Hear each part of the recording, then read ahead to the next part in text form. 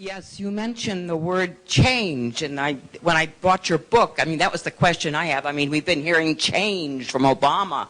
If you could confront Mr. Obama tomorrow, how would you pin him down when he uses that word change?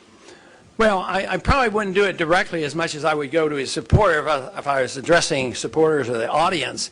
That change means nothing. It's just the word, and it's a cliche. And just to repeat it has no meaning.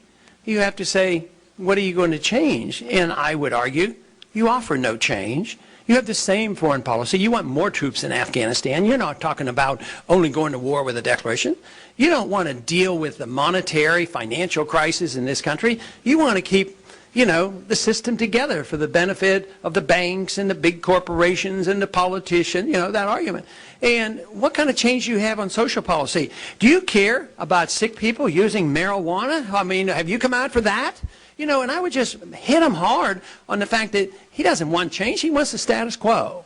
And just saying it means nothing, but he has a lot of supporters. And the one time I was asked to comment about him, I actually tried to be, fairly soft on him, but concluded that we have a lot of differences. But I tried to acknowledge that his supporters and my supporters have a lot of overlap, and they do. So in declaring what I just said, I think it has to be done in somewhat of a diplomatic manner, and then to appeal to reason and say, look, if you want change, what you need is somebody that's going to make sure you're never going to have a draft and that we're going to bring our troops home, we're going to balance the budget, we're going to have sound money.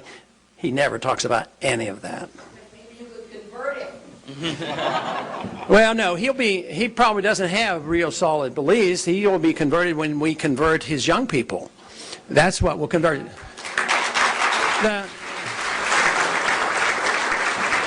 The politicians in Washington don't have much philosophy, probably never will, but that's all right.